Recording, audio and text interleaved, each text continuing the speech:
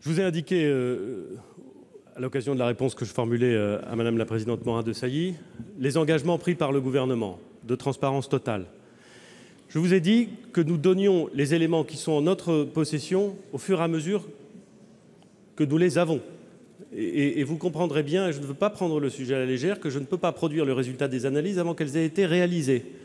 Lorsque vous testez un certain nombre de prélèvements pour vérifier la présence éventuelle de dioxine, ça prend du temps. Ce n'est pas moi qui le dis, je ne suis pas chimiste, c'est les gens qui font ces analyses, les spécialistes, qui les font bien, parce qu'ils doivent donner une information sérieuse et précise, et je pense que vous et moi nous accordons parfaitement sur ce point. Dès que nous les avons, nous les communiquons.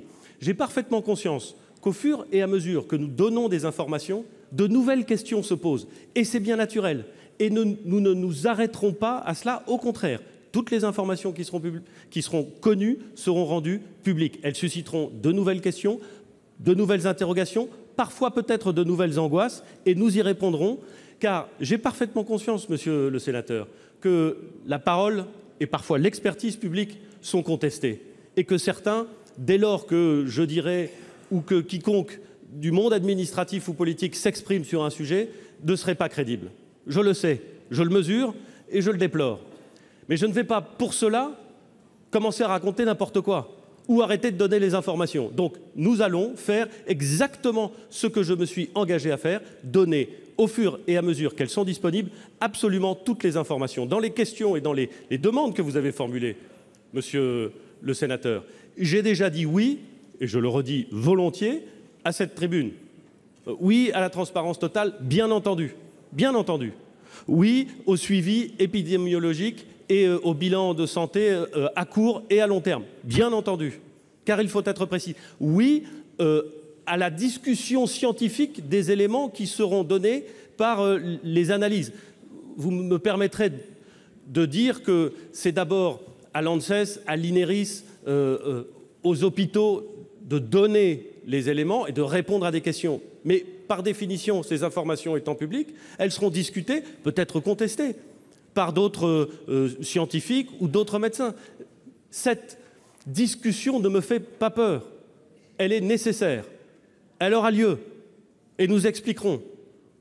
Vous m'interrogez sur l'état de catastrophe technologique. Je comprends et je vois bien l'intérêt qu'il pourrait y avoir à reconnaître officiellement qu'une catastrophe a eu lieu. À l'évidence, une catastrophe a eu lieu.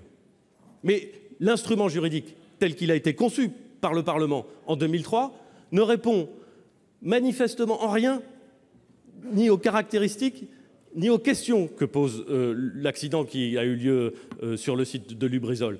Et donc, je ne veux pas, en la matière, et je pense que vous êtes d'accord avec moi, je ne veux pas me payer de mots, je veux dire les choses telles qu'elles sont et mettre en place les dispositifs tels qu'ils existent. Et surtout, monsieur le sénateur, je veux dire et redire que la responsabilité, les dommages, relèvent de l'industriel. C'est sa responsabilité. Et il n'échappera pas à la mise en jeu de cette responsabilité.